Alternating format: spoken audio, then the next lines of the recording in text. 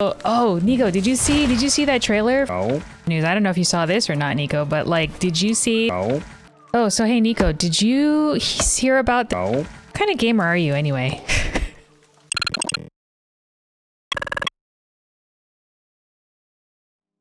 So here's everything I think Nico should know about from video game news the week of November 1st, 2021. Twitch has a new category: animals, aquariums, and zoos.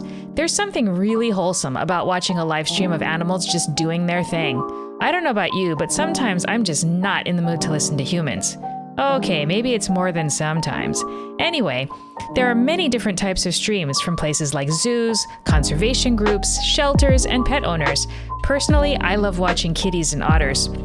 And if you like being able to interact with the stream you're watching, there are some channels that let you feed the animals or interact with a toy in exchange for a small tip.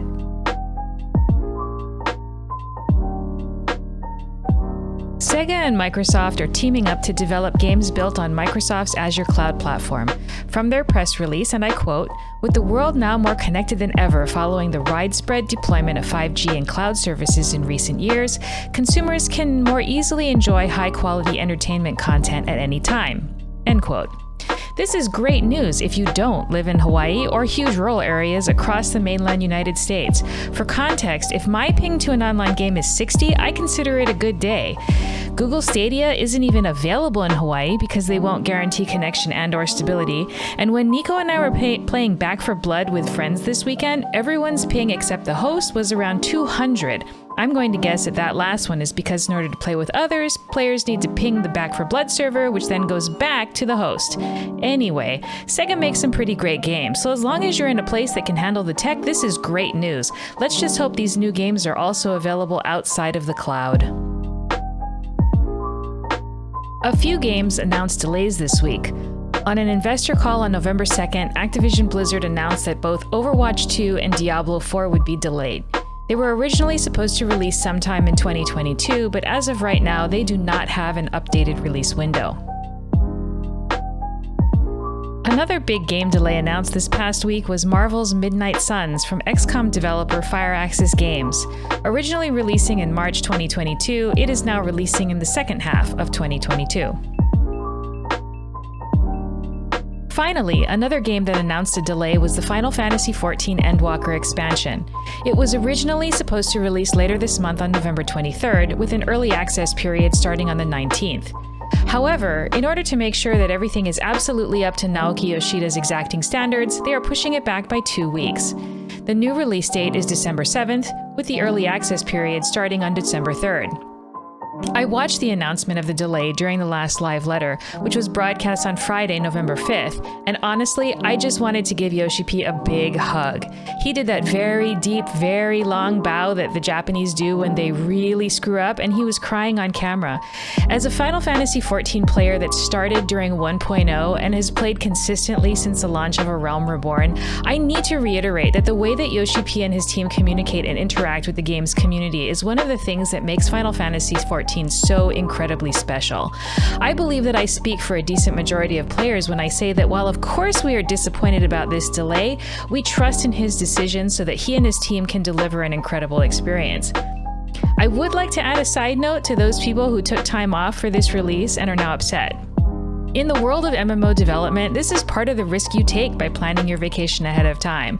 I've been playing MMOs now for 21 years, so this isn't my first rodeo. So although I too took some time off, I knew that this could happen. Yes, it sucks, but I guarantee you that you'd be at least as upset, if not more honestly, if the game released on time and it was so buggy or unstable that you couldn't play the game. Remember Raubon Extreme? Yeah. So hopefully you can change your vacation, but if not, enjoy your time off. In a country that has trouble convincing their people to take time off from work, Lord knows you could probably use a break. Speaking of MMOs, upcoming free-to-play game Lost Ark launched its closed beta on November 4th, and it's scheduled to run until November 11th. I created a paladin, because of course I did, and have been having a lot of fun with it. It combines ARPG-style combat with typical MMO questing and exploration. My first impression was that it was like playing Diablo but with more abilities, and the world is like other beautiful Korean MMOs like Ion or Black Desert Online. As of right now, I've only played for about 6 or 7 hours and I'm only level 15. Combat definitely shines when you're fighting multiple enemies. It feels very satisfying when you see hordes of enemies dying all at once. I will definitely be playing this when it releases in spring of next year. And last but not least, Animal Crossing New Horizons released their free and paid updates. I promised in my last video that I'd confirm that family members of a family expansion pack membership are also eligible to play the Happy Home Paradise DLC without an extra fee, and I am happy to report that I was correct.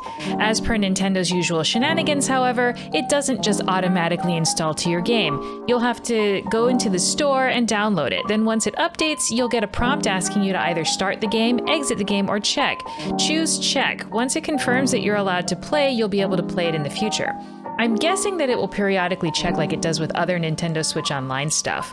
Working at the vacation resort reminds me of hanging out in Waikiki or Ko'olina on a staycation here at home. You can even buy chocolates to take back to your own island residence. Can't forget your omiyage. Even without the Happy Home Paradise DLC, there is a lot of new stuff to do in Animal Crossing New Horizons. I've already maxed out my home storage, but I'm working on getting all the different shops at Harv's Hippie Co-op. I'm now also obsessed with collecting gyroids. These things are so cute. And I really enjoy cooking, even though there isn't really a special use for food. I think I'll just make delicious looking meals and leave them in random places all over my island. Once I finish unlocking all the new features, I can see myself completely redoing my entire island. There are just so many new items and DIYs. Well, that's it for the week of November 1st. Join me again next week for more news and adventure. Until then, play lots of games and have an awesome week.